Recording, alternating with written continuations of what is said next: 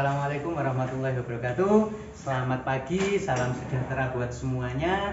Hari ini kita bertemu lagi di BPP Rogo Jambi dalam acara Goreng Kopi.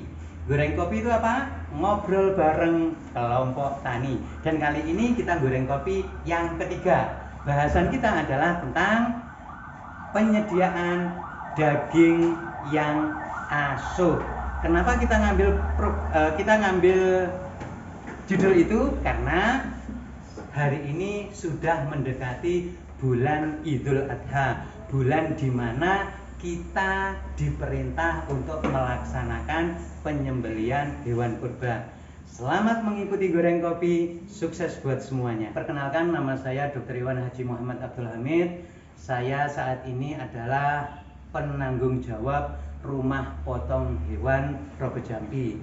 Nah, kali ini kita akan bersama-sama membahas tentang penyediaan daging kurban secara asuh. Lalu, apa itu asuh?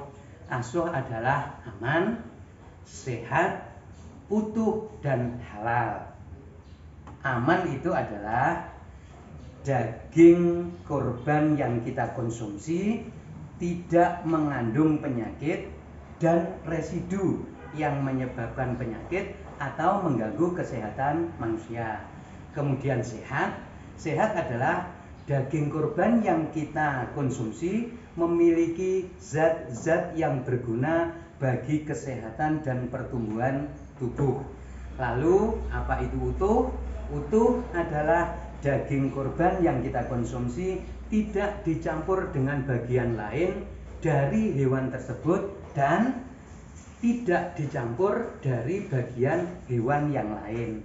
Lalu halal adalah hewan yang akan kita jadikan kurban dipotong dan ditangani secara syariat agama Islam. Lalu bagaimana cara mendapatkan daging yang asuh? Cara mendapatkan daging yang asuh itu ada dua cara. Cara yang pertama adalah pemeriksaan antemortem atau pemeriksaan sebelum sapi itu dipotong. Dan yang kedua, pemeriksaan postmortem atau pemeriksaan setelah hewan itu dipotong. Nah, kali ini kita akan membahas khususnya hewan kurban itu adalah sapi. Tapi ingat, karena saat ini adalah masa-masa pandemi, seluruh petugas yang berhubungan dengan hewan kurban harus melaksanakan protokol kesehatan, harus memakai masker, harus memakai face shield, terus kemudian bajunya harus dilapisi dengan apron, jangan lupa sarung tangan, sepatu boot, dan penutup kepala. Hewan yang akan dipotong harus diperiksa dulu sebelum dipotong. Yang pertama adalah pemeriksaan jenis kelamin. Nah, khusus untuk hewan kurban, jenis kelamin yang lebih afdol adalah jenis kelamin jantan. Untuk betina, menurut peraturan pemerintah nomor 13 tahun 2010 harus dalam kondisi tidak produktif.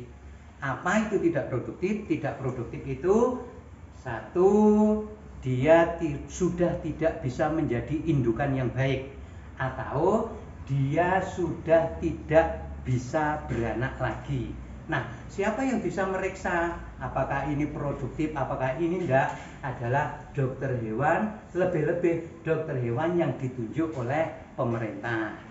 Yang kedua, umur. Hewan kurban yang akan dikorbankan harus sudah dewasa. Dewasa pada sapi itu bisa dilihat dari bentuk posisi gigi. Gigi kalau sudah dewasa akan mengalami yang namanya poel. Poel itu adalah gigi permanen yang tumbuh menggantikan gigi susu. Yang ketiga, hewan kurban harus kondisinya sehat. Sehat kalau pada sapi ditunjukkan suhu 37,5 derajat Celcius sampai 39,5 derajat Celcius. Apabila ketika diperiksa suhunya di bawah atau di atas standarnya, itu dalam kondisi sakit. Terus sehat itu bisa ditunjukkan nafsu makannya baik, rambut atau bulu tidak kusam, cermin hidung itu basah, mata dan mulut bersih, serta anus juga dalam kondisi bersih. Yang keempat, hewan kurban tidak boleh cacat. Cacat di sini kalau pada hewan misalkan pelir. Pelir itu harus ada dua, kanan dan kiri harus simetri. Kadang ada beberapa hewan yang kanan dan kiri itu tidak simetri. Pelir sebelah kanan besar, pelir sebelah kiri kecil, atau pelirnya hanya satu. Dalam kategori kesehatan hewan itu adalah cacat. Nah, yang kedua tidak boleh pincang, mata dan telinga harus utuh, serta ekor harus utuh dan tidak boleh patah. Yang kelima adalah hewan dalam kondisi tidak boleh kurus. Sebelum dipotong, hewan itu harus diperlakukan satu, hewan itu harus diistirahatkan. Datang tidak boleh langsung dipotong, tidak, tapi harus diistirahatkan. Diistirahatkan minimal 8 jam. Selama 8 jam, sapi tidak boleh dikasih makan, hanya boleh dikasih minum. Kenapa harus seperti ini? Karena untuk meningkatkan kualitas daging. Terus selain itu, hewan juga terlindung dari panas dan hujan. Pada saat mau disembelih, usahakan hewan ini tidak melihat temannya yang disembelih.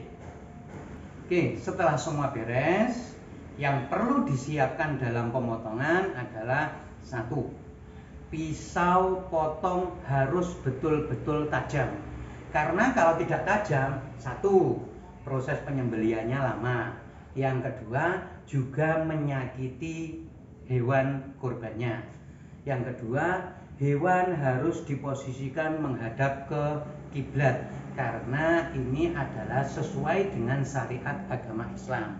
Dan pada saat dipotong harus atau wajib melafadzkan basmalah, yaitu Bismillahirrahmanirrahim, atau minimal mengucapkan Bismillahi Allahu Akbar. Pada saat memotong hanya boleh satu kali ayunan, maksimal 3 kali gerakan tanpa mengangkat pisau dari bidang sayatan. Jadi potong 1, 2, 3 tanpa memotong pisau dari bidang sayatan. Dan pemotongan ini harus memutuskan saluran makan, saluran napas, dan saluran pembuluh darah. Dan yang keempat atau kelima itu jangan melakukan tusuk dada. Karena apa? Banyak kejadian di lapangan gara-gara motongnya kurang pas, akhirnya sapi ini lama matinya. Gara-gara lama matinya, akhirnya ditusuk pada dadanya. Dan yang keenam, untuk darahnya kalau bisa ditampung dalam lubang, di mana lubang ini tanah yang digali dan nantinya setelah selesai bisa ditutup kembali. Pengeluaran darah itu harus betul-betul tuntas dan hewan benar-benar mati. Setelah hewan ini benar-benar mati loh, jangan sampai masih ada gerakan-gerakan yang menimbulkan dia itu belum mati. Jadi harus benar-benar mati. Kalau sudah benar-benar mati, usahakan gantung hewan agar memudahkan dalam pengulitan dan pengeluaran jeroan. Tapi jika tidak ada alat penggantung, maka satu, segera kuliti pada bagian perut dan keluarkan semua isi perut serta jeroan dan segera pisahkan. Bagi yang mau tanya silahkan nanti langsung komen. Yang kedua, potong kepala. Kepala segera dipisahkan dan segera dikuliti. Kemudian lakukan pemotongan pada keempat kakinya atau sampilnya. Khusus untuk sampil, siap nggak siap, mau nggak mau, harus digantung. Kenapa? Karena untuk mengurangi aktivitas mikroba atau mengurangi cemaran mikroba. Oke, setelah dipotong, setelah mati, setelah dikuliti, setelah jeroan dikeluarkan, setelah digantung, baru kali ini adalah pemeriksaan selanjutnya adalah pemeriksaan postmortem atau pemeriksaan setelah hewan dipotong. Pemeriksaan setelah hewan dipotong, yang pertama prinsipnya harus menajamkan pisau. Kenapa harus menajamkan pisau? Karena untuk mempermudah sayatan pada daging. Selain menajamkan pisau, harus sanitasi peralatan dan hygiene personal. Sanitasi peralatan meliputi pisau, terus ungkal atau kristal pengasah, atau sarung pisau itu harus dalam kondisi steril. Caranya steril gimana? Alat-alat tersebut dicuci pakai air sabun, lalu direndam ke dalam cairan desinfektan selama 30 menit dan kemudian dikeringkan. Lalu untuk personalnya menggunakan pakaian kerja yang dalam kondisi bersih atau steril. Apabila sudah selesai dilakukan, apabila setelah selesai dipakai, satu, harus dicuci dengan deterjen, kemudian dikeringkan dan tidak boleh dicampur dengan pakaian yang lain. Yang ketiga, harus mencuci tangan, dan yang paling penting adalah manajemen daging afkir. Daging yang afkir dimasukkan ke dalam larutan minyak tanah, kemudian dibakar. Kenapa harus dimasukkan ke dalam larutan minyak tanah? Agar daging afkir ini tidak sampai diambil orang lain, tidak sampai dimasak kembali, karena dengan pemberian minyak tanah akan menyengat baunya dan merusak daging afkir tersebut. Setelah itu dibakar. Selanjutnya, teknik menyayat daging. Teknik menyayat daging ini adalah butuh kebiasaan, karena antara daging yang satu dengan daging yang lain itu dipisahkan oleh pembungkus daripada daging. Nah, menyayat daging seperti tadi yang saya katakan harus menggunakan pisau yang tajam. Fungsinya apa? Untuk mengurangi pencemaran mikroba. Daging yang sudah kita sayat ini akan kita lanjutkan dengan pemeriksaan organ. Organ yang pertama adalah kepala dan lidah. Nah, bagaimana cara memeriksa kepala dan lidah? Itu yang pertama adalah kita buka mulutnya. Kita lihat gusinya, apakah gusinya ada lepuh, ada perdarahan. Kemudian kita lihat pada lubang hidungnya, sama apakah ada perdarahan, apakah ada lepuh, dan palatum durum. Palatum durum itu adalah langit-langit di atas mulut. Biasanya di situ banyak sekali cemaran mikroba. Untuk palatum durum yang bagus adalah halus. Nah, kalau sudah tercemar oleh mikroba, terasa kasar dan ada bintik-bintik, di mana bintik-bintik ini berupa seperti perdarahan. Kemudian yang kedua adalah pemeriksaan organ pernapasan. Organ pernapasan di sini terutama pada paru-paru. Paru-paru yang bagus, berwarna merah muda, dipegang konsistensinya lembek dan tidak mengeras. Apabila mengalami kerusakan, pasti akan timbul pengerasan. Dan selanjutnya kita akan melakukan sayatan untuk mengetahui di dalam ada apa tidak cacing di dalam paru. Selanjutnya adalah pemeriksaan pada jantung. Jantung Jantung yang normal adalah meruncing pada bagian apek. Bagian apek itu bagian bawah. Nah, kalau sudah bagian bawah itu tidak meruncing, maka kemungkinan terbesarnya adalah jantung mengalami gangguan pada sirkulasi perdarahannya. Kemudian kita akan melakukan perabaan pada jantung, apakah konsistensinya kasar ataukah lembek. Kalau jantung sudah mengalami gangguan infeksi cacing, jantung akan mengalami pengerasan, dan apabila kita sayat, di situ banyak terdapat cacing pada jantungnya.